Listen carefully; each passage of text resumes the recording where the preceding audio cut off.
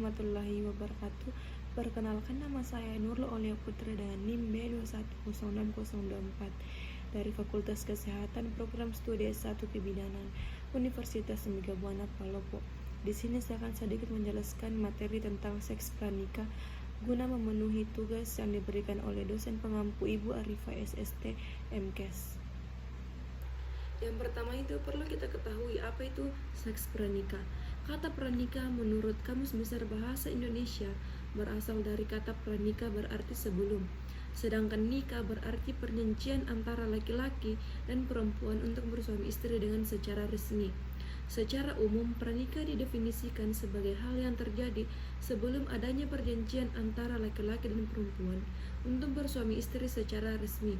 Menurut Aryandini mengatakan perilaku seksual pranikah adalah perilaku yang didorong oleh hasrat seksual yang dilakukan oleh laki-laki dan perempuan mulai dari berkencan, bercumbu sampai bersenggama tanpa adanya ikatan pernikahan yang resmi berdasarkan agama dan hukum. Kemudian menurut Simanjuntak, perilaku seksual pranikah adalah segala macam tindakan seperti bergandengan tangan, bercium, bercumbu, sampai dengan bersenggama yang dilakukan karena adanya dorongan hasrat seksual yang dilakukan sebelum adanya ikatan pernikahan. Berdasarkan berbagai konsep, maka perilaku seksual pranikah dapat diartikan sebagai tingkah laku yang berhubungan dengan dorongan seksual dengan lawan jenis maupun sesama jenis yang dilakukan sebelum adanya ikatan pernikahan yang sah, baik secara hukum maupun agama. Berdasarkan hasil penelitian yang dilakukan pada beberapa negara, maka terdapat beberapa kategori perilaku seksual pranikah pada remaja. Menurut Sarwono, seks pranikah terdiri dari berpegangan tangan, berpelukan, berciuman, meraba payudara, meraba alat kelamin, dan bersenggama. Sedangkan menurut Soejeningsi, terdapat beberapa tahap perilaku seksual pranikah pada remaja, yaitu berpegangan tangan, memeluk atau dipeluk di bahu, memeluk atau dipeluk di pinggang, ciuman bibir sambil berpelukan, meraba atau diraba daerah erogen dalam keadaan berpakaian, saling menempelkan alat kelamin dalam keadaan berpakaian, meraba atau diraba daerah erogen dalam keadaan tanpa berpakaian, mencium atau dicium daerah erogen dalam keadaan tanpa berpakaian, saling menempelkan alat kelamin dalam keadaan tanpa berpakaian, dan berhubungan badan.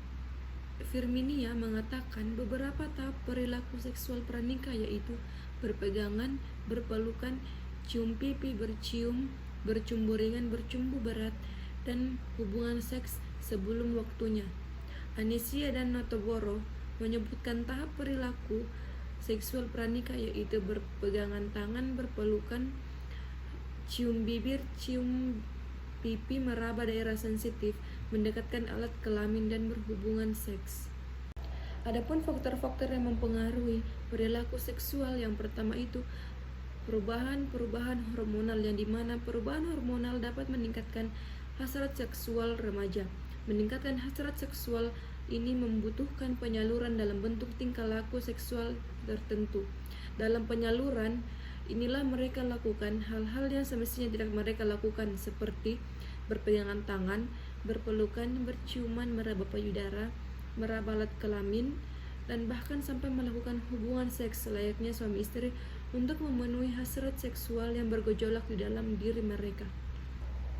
Selanjutnya itu penundaan usia perkawinan, yang dimana penyaluran hasrat seksual tidak dapat segera dilakukan karena adanya penundaan usia perkawinan, baik secara hukum karena adanya undang-undang tentang perkawinan yang menetapkan batas usia menikah sedikitnya 16 tahun untuk wanita dan 19 tahun untuk pria, maupun karena norma sosial yang makin lama semakin menuntut persyaratan yang tinggi untuk perkawinan, yang dimana pendidikan, pekerjaan, kesiapan mental, dan lain-lain.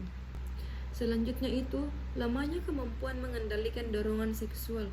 Sementara usia perkawinan ditunda, norma-norma agama tertentu berlaku di mana seorang dilarang untuk melakukan hubungan seksual sebelum menikah. Bahkan larangannya berkembang lebih jauh kepada tingkah laku yang lain, seperti melakukan masturbasi untuk remaja yang dapat menahan diri akan terhadap kecenderungan untuk larangan-larangan tersebut. Selanjutnya itu kurangnya komunikasi dengan orang tua dengan anak, yang dimana orang tua sendiri baik karena adanya ketidaktahuan maupun karena sikapnya yang masih menambuhkan pembicaraan mengenai seks dengan anak dan tidak terbuka kepada anak, malah cenderung membuat jarak dengan anak dalam masalah seks itu sendiri. Akibatnya anak menjadi malu dan takut membicarakan dan menanyakan hal seputar seks kepada orang tuanya.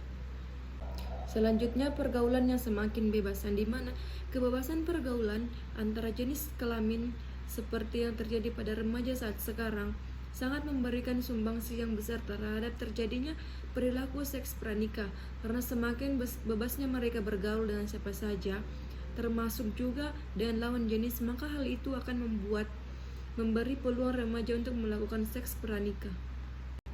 Menurut Harlock, menyatakan bahwa manifestasi dorongan seksual dalam perilaku seksual dipengaruhi oleh yang pertama itu faktor internal, yang dimana stimulus yang berasal dari dalam diri individu yang berupa bekerjanya hormon-hormon alat reproduksi sehingga menimbulkan dorongan seksual pada individu yang bersangkutan, dan hal ini menuntut untuk segera dipuaskan. Yang selanjutnya itu faktor eksternal, yang dimana stimulus yang berasal dari luar individu yang menimbulkan dorongan seksual sehingga memunculkan perilaku seksual. Stimulus eksternal tersebut dapat dipengaruhi melalui pengalaman kencan informasi mengenai seksualitas, diskusi dengan teman, pengalaman masturbasi dan jenis kelamin, dan pengaruh orang dewasa serta pengaruh buku-buku bacaan dan tontonan porno.